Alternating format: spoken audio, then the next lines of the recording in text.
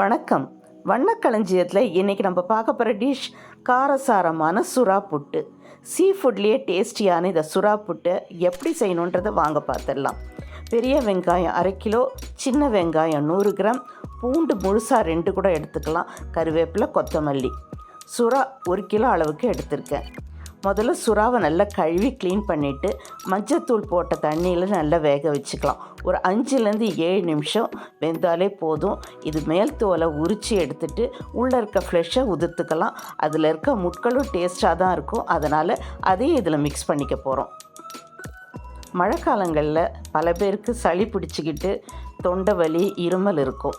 அது மாதிரி நேரத்தில் இந்த சுறா புட்டு செஞ்சு கொடுத்தோன்னா சளிக்கு சரியான மருந்தாக இது இருக்கும்.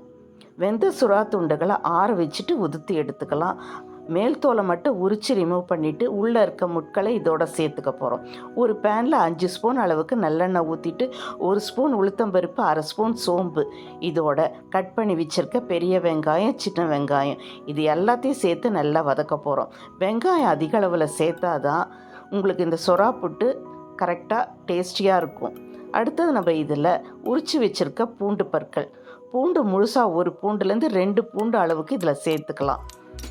இது எல்லாத்தையும் சேர்த்து நல்லா வதக்கிட்டே இருக்க போகிறோம். கூடவே கருவேப்பிலை, கொத்தமல்லி தழைகள் ஒரு பகுதியை இதில் சேர்த்து அதை மிக்ஸ் பண்ணிடலாம். வேக வச்ச சுறா துண்டுகளை இது மாதிரி சின்ன சின்ன பீசஸாக உதுத்து எடுத்து வச்சிடலாம் தனியாக. அடுத்தது இதில் தேவையான அளவுக்கு உப்பு, காரத்துக்கு மிளகாத்தூள் 2 டீஸ்பூன் அளவுக்கு மிளகாத்தூள் சேர்த்தா சரியாக இருக்கும். கடைசியில் மிளகுத்தூள் சேர்த்துக்கலாம், முதலையே சேர்க்க வேண்டாம். இப்போ இது எல்லாம் நல்லா வதங்கட்டும். தண்ணி சேர்க்காம தட்டு போட்டு மூடி வேக வச்சிடலாம். ஒரு 5லேருந்து 7 நிமிஷத்தில் இந்த வெங்காயம் நல்லா வதங்கி வந்துடும். இது மாதிரி எல்லாம் வதங்கி வந்ததுக்கப்புறம் நம்ம இதில் சுறா துண்டுகளை சேர்த்து பெரட்ட போகிறோம். இது ஒயிட் ரைஸோட கலந்து சாப்பிட்டாலும் நல்லாயிருக்கும். ரசம் சாதம், மீன் குழம்பு சாதத்துக்கும் ஒரு சைட் டிஷ்ஷாக டேஸ்டியாக இருக்கும். இப்போ சுறா துண்டுகளையும் சேர்த்தாச்சு. இதையும் நல்லா பெரட்டி எடுத்துடலாம். இன்னும் ஒரு 10 நிமிஷத்தில் இந்த டிஷ் ரெடி ஆகிடும்.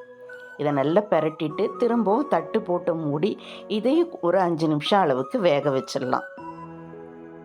இப்போ டேஸ்டியான சுறா புட்டு ரெடி ஆகிடுச்சு. சாதத்தில் மீன் குழம்பு ஊற்றி அதுக்கு இதை சைட் டிஷ்ஷாக வச்சு சாப்பிட்டோன்னா டேஸ்ட் ரொம்ப அருமையாக இருக்கும். இதை சொல்கிறத விட நீங்கள் செஞ்சு பார்த்தீங்கன்னா தான் உங்களுக்கு இதோட டேஸ்ட்டு நீங்கள் ஃபீல் பண்ண முடியும். டேஸ்டியான இந்த டிஷ்ஷை நீங்களும் செஞ்சு பாருங்கள். எப்படி இருந்துன்னு உங்கள் கருத்தை மறக்காமல் கூட ஷேர் பண்ணிக்கோங்க. இந்த வீடியோ பிடிச்சிருந்துன்னா லைக் பண்ணுங்கள். உங்கள் ஃப்ரெண்ட்ஸ் அண்ட் ஃபேமிலி மெம்பர்ஸோட இந்த வீடியோவை ஷேர் பண்ணிக்கோங்க.